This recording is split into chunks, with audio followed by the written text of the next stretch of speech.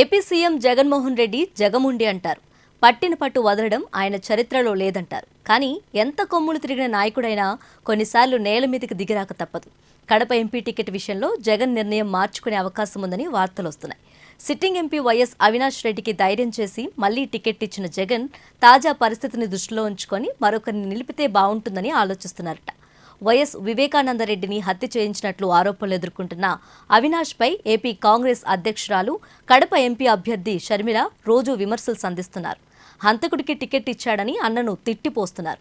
వివేక కూతురు సునీతారెడ్డి కూడా జగన్ను, అవినాష్ను విమర్శిస్తూ షర్మిల ప్రచారంలో పాల్గొంటున్నారు. తనను కూడా నరికి చంపుతారని ఆందోళన వ్యక్తం చేస్తున్నారు. షర్మిల తన ప్రచారంలో ప్రతిసారి వివేక హత్యను ప్రస్తావిస్తున్నారు. ఇటీవల విడుదలైన వివేక బయోపిక్ వివేకం కూడా జగన్, అవినాష్ల ఇమేజ్ దెబ్బతీసేలా ఉంది. ఈ నేపథ్యంలో అవినాష్కు బదులు తమ కుటుంబానికే చెందిన డాక్టర్ వైఎస్ అభిషేక్ రెడ్డిని బరిలో దింపితే ఎలా ఉంటుందని జగన్ ఆలోచనలో పడ్డారట.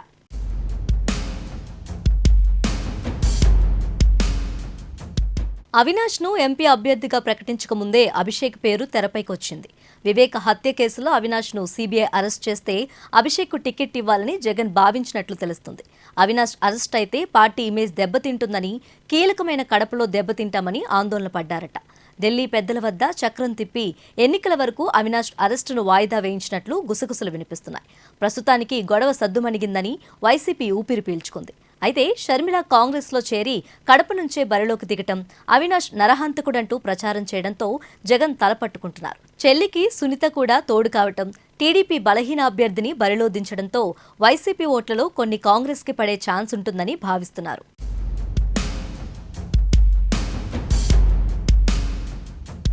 షర్మిల దూకుడు ప్రదర్శిస్తుంటే అవినాష్ మాత్రం కేవలం జగన్ బలాన్నే నమ్ముకున్నారు. షర్మిల విమర్శలకు ధీటుగా కౌంటర్ ఇవ్వలేకపోతున్నారు. అవినాష్ ఏం మాట్లాడినా ప్రజలు అతన్ని అనుమానంగా చూస్తున్నారని, కేసు నుంచి నిర్దోషిగా బయటపడితేనే ఆయనకు విశ్వసనీయత ఉంటుందని వైసీపీ వర్గాల్లో చర్చ జరుగుతుంది. జగన్ అవినాష్కు మద్దతుగా మాట్లాడినా పరిస్థితి ఆశాజనకంగా ఉండదని చెప్పుకుంటున్నారట. కడప కీలక స్థానం కావడంతో రిస్క్ తీసుకోకుండా అవినాష్ను పక్కకు తప్పించి అభిషేక్కు ఛాన్స్ ఇస్తే మంచిదనే వాదన వినిపిస్తుందట. అవినాష్ను మారుస్తారని షర్మిల కూడా చెప్పడంతో అభిషేక్ పేరు మళ్లీ తెరపైకొచ్చింది.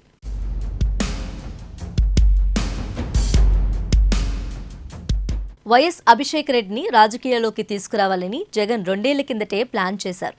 పులివెందుల్లోని సింహాద్రిపురం, లింగల మండలాలకు పార్టీ ఇన్ఛార్జిగా నియమించారు. అభిషేక్ ప్రస్తుతం విశాఖలో డాక్టర్గా ప్రాక్టీస్ చేస్తున్నారు. అవినాష్ రెడ్డికి అభిషేక్ రెడ్డి దగ్గరి బంధువు. అభిషేక్ అవినాష్ పెద్దనాన్న వైఎస్ ప్రకాష్ రెడ్డికి మనవడు. తండ్రి పేరు మదన్ మోహన్ రెడ్డి.